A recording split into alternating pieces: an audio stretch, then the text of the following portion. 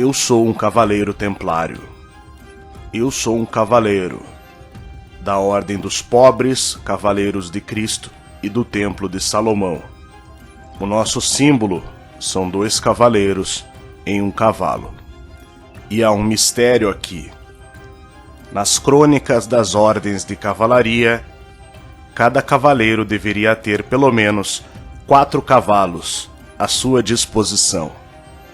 Então por que será que nós templários somos simbolizados por 2 cavaleiros em um mesmo cavalo? Esse é um dos maiores mistérios dos cavaleiros templários. Eu sou um cavaleiro templário. Fiz um juramento de defender os lugares sagrados da cristandade e, se for necessário, liquidar os infiéis que combatem contra a Igreja de Cristo. Nós somos monges e nós somos guerreiros. E nossa maior missão é proteger o caminho dos peregrinos cristãos em direção a Jerusalém. Talvez seja difícil para você, hoje em dia, compreender a minha época. A nossa ordem foi formada por apenas 9 cavaleiros em 1118, em Jerusalém. E quando fomos perseguidos entre 1307 e 1314 na França, já éramos mais de 30.000 cavaleiros templários. A minha época foi uma época difícil. Usamos armaduras, não porque é bonito, mas porque era necessário para sobreviver.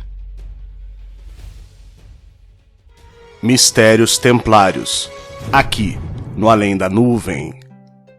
Eu penso que há alguns pontos de contato com o mundo sufi. Por exemplo, o ponto de luz, que para o sufi era o que a iniciação dava, e que iria se converter com os anos de vida devota em um duplo espiritual. Um corpo de luz, que eu penso é o que representa o signo templário dos 2 cavaleiros em um cavalo. Mas será mesmo possível que os cavaleiros templários conhecessem tamanha tecnologia em termos espirituais e que deixaram isso decodificado em sua simbologia? Porque se estamos falando de um duplo espiritual, um corpo de luz, estamos certamente falando de um templo cristalino, um templo espiritual transparente. É o espírito dos cavaleiros do templo, é o que se deve compreender a mensagem e levar a mensagem que precisamos construir o nosso templo de cristal, em que tudo seja transparente, onde quem está fora consegue ver o que está dentro, e o que está dentro consegue ver quem está fora. Mas será que existe algo na iniciação dos Cavaleiros Templários que indique algum conhecimento secreto, algum conhecimento a mais? Então, que tipo de iniciação os Templários possuíam? Bom, qualquer ordem religiosa da época tinha uma iniciação. O frade, o monge, naquele instante, desde que abandona a vida secular e se converte em um elemento dessa vida religiosa, a qual abraça para sempre, muda a sua personalidade, experimenta uma morte mística e desperta a uma nova vida, que é, efetivamente, a iniciação. E no caso dos templários, tinha que ser diferente, porque além de serem monges, eram guerreiros. Então a iniciação templária vai por 2 caminhos. Existe a iniciação monástica, a qual tomam com o mesmo entusiasmo do que qualquer outra ordem monástica da Idade Média. Mas essa iniciação guerreira, que é absolutamente insólita para a igreja cristã, que é a de poder combater sem cair em pecado. Então, desde a iniciação, o templário tinha que assumir essa luta. Mas como uma iniciação religiosa, essa luta tinha que começar consigo mesmo. É uma iniciação de lutar consigo mesmo para despertar para a nova vida a que se propõe. E existe um mistério na jornada templária. Ainda que saibamos que aqueles tempos sombrios eram tempos de muitas batalhas, muitas guerras pela sobrevivência da cristandade, não podemos deixar de perceber o aspecto mais místico e simbólico dos segredos templários. No vídeo Os Segredos do Templo de Salomão, nós vimos os aspectos antropomórficos do templo, isto é, a comparação entre o Templo de Salomão com o corpo humano, que é o templo do espírito. E assim como, de maneira análoga, muitos dos ensinos do Antigo Testamento bíblico são sombras dos ensinos do Novo Testamento bíblico, da mesma forma, parece que os templários compreenderam a transmigração de uma batalha que era física e feita de guerras literais por uma outra forma de batalha, que era interior e destinada a um templo espiritual. Não mais um templo físico, como era o Templo de Salomão e o Domo da Rocha, cuja base em forma de octógono serviu como inspiração para a grafia da Cruz Templária, o conhecidíssimo símbolo da Ordem dos Cavaleiros de Cristo e do Templo de Salomão. E só para termos uma ideia do conhecimento intuitivo dos templários, recentemente foi descoberto o formato de um único fóton, a partícula da luz, projetado holograficamente. A imagem da esquerda é a reconstrução de um fóton, tal como os cientistas descobriram. Reconhece esse formato? Bom, esse era o conhecimento dos antigos templários. Lembra do corpo de luz? O que mais teria se perdido desse incrível conhecimento? O santuário islâmico do Domo da Rocha, que havia sido construído pelos muçulmanos sobre o antigo Templo de Jerusalém, foi o primeiro local convertido em igreja pelos templários na Cidade Santa. É importante citar que o Domo da Rocha foi construído no mesmo local que Salomão fez o primeiro templo. Logo, ao converter a Mesquita da Rocha em uma igreja, os templários estavam unificando as três religiões em um mesmo local. E muito embora os templários sejam conhecidos por serem grandes guerreiros, e de fato o eram e conquistaram o respeito tanto da cristandade quanto de seus inimigos, os templários tinham uma habilidade que era admirada por todas as ordens cristãs. Eles conseguiam manter uma grande diplomacia, tanto com judeus quanto com muçulmanos, em Jerusalém. Lembrando que Jerusalém era uma cidade cosmopolita, que possuía todas as religiões, desde aquela época. O mais interessante no que tange a história espiritual dos templários e o que vai acontecer depois através deles é que em Jerusalém há uma série de movimentos cristãos de diversos tipos, movimentos cristãos, igrejas cristãs orientais, como os monofisistas, os difisistas, coptos, os bizantinos e toda uma série de linhas cristãs orientais. Mas junto delas estão também, sobretudo, toda uma série de variações de religiões muçulmanas, tanto sunitas quanto as diferentes variações de linhas xiitas. E essa gente possui um vínculo extraordinário com Jerusalém e o templo, porque na tradição islâmica, o local é onde Maomé pôs os pés para ascender ao céu. E é esse local que os templários vão utilizar como emblema e no seu próprio nome. E, na verdade, a capacidade diplomática dos templários era tamanha que, segundo testemunharam outras ordens religiosas cristãs, os templários foram capazes de realizar cultos em conjunto com judeus e muçulmanos naquele mesmo lugar. E agora nós vamos compreender o outro misterioso propósito templário. Devido sua austeridade, trabalho duro e grande disciplina, os templários conseguiram se tornar muito ricos.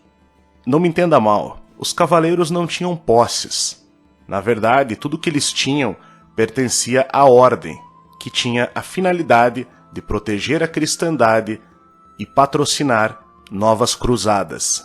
E uma vez que a ordem havia sido criada para proteger peregrinos em direção a Jerusalém, quando o reino cristão de Jerusalém cai, em 1291, 192 anos após a conquista da Primeira Cruzada, os templários passam a se perguntar qual era o propósito da ordem nesse momento. E não apenas os templários, mas também toda a sociedade da época.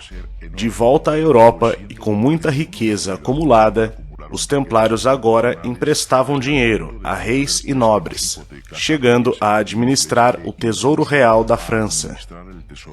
Após a queda definitiva de Jerusalém em 1291, os templários se perguntavam qual seria o objetivo da ordem. Muitos deles ainda defendiam uma nova cruzada para reconquistar Jerusalém. Mas nesse momento, a ganância e a ambição descontrolada do rei de França, Filipe IV, começam a dar fim àquela fase da história templária.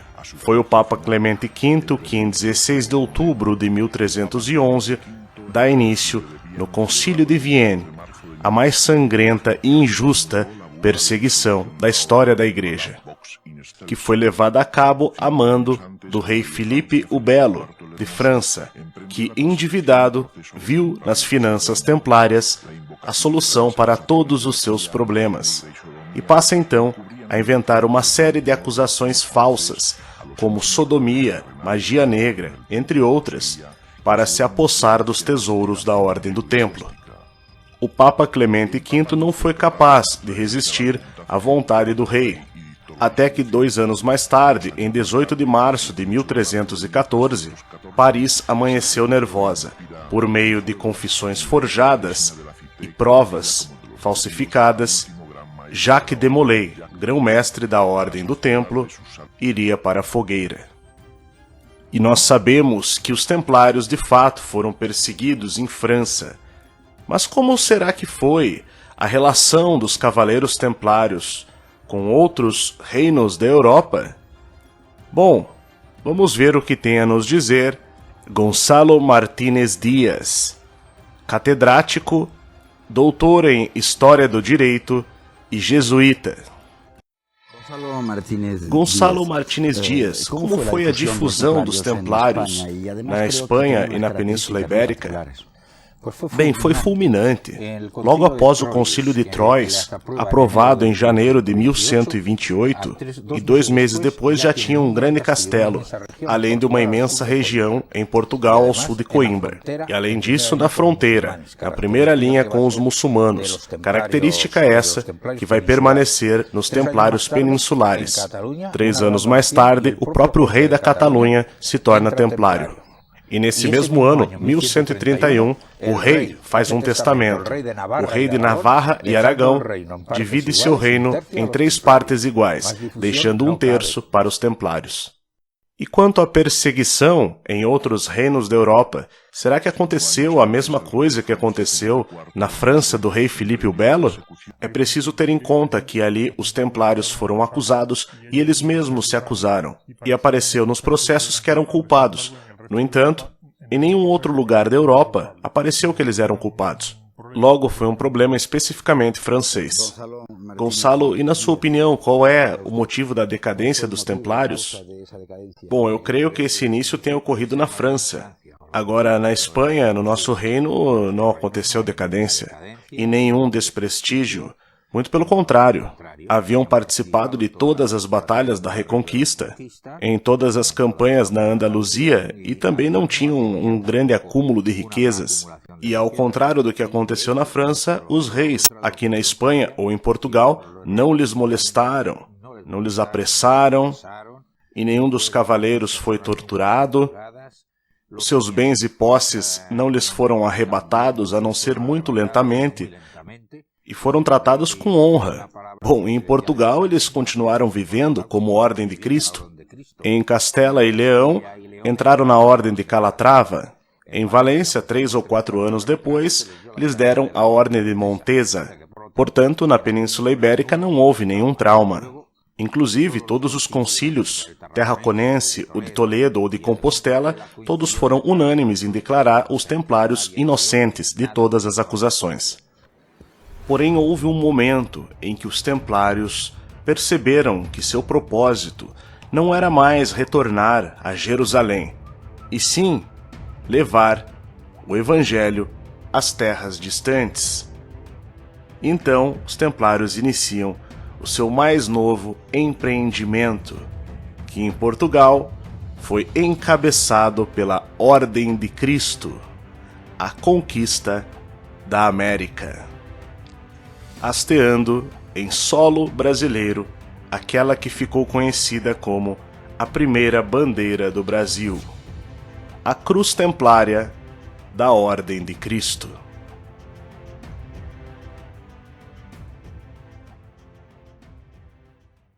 Conta a tradição que antes que o fogo consumisse o grão-mestre-geral da ordem, Jacques de Molay, ele lançou uma maldição, dizendo que o Papa Clemente V passaria ante o Tribunal de Deus dentro de 40 dias e o rei, Filipe o Belo, dentro de 1 ano.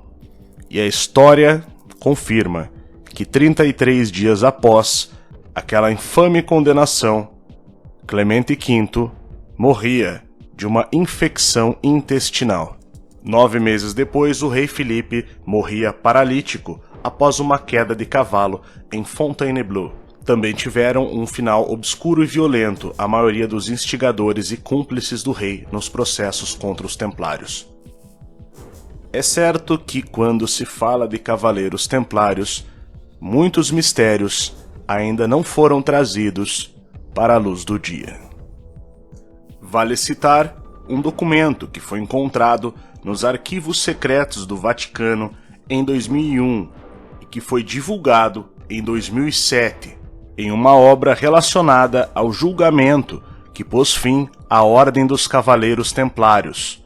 A obra menciona, por exemplo, o documento histórico Pergaminho de Chinon, que comprova que o Papa Clemente V, na verdade, absolveu Jacques de Molay e os demais cavaleiros templários de todas as acusações.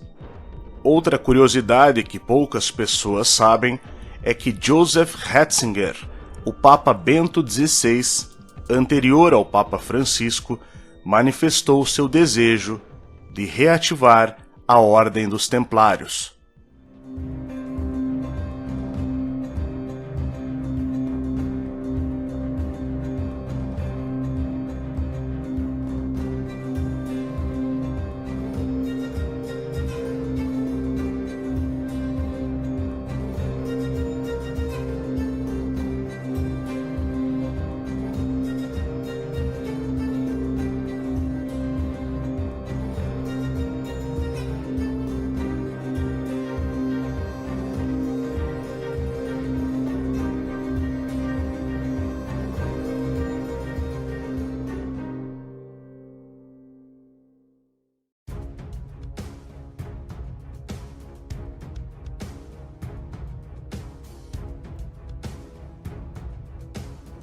Olá pessoal, estamos iniciando então mais um Ressurgentes.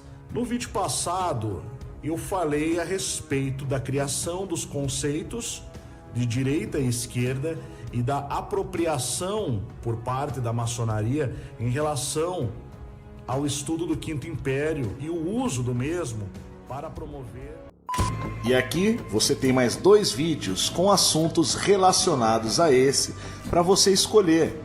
Não esquece de divulgar o canal Além da Nuvem para sua família e para os seus amigos nas suas redes sociais, porque a verdade importa.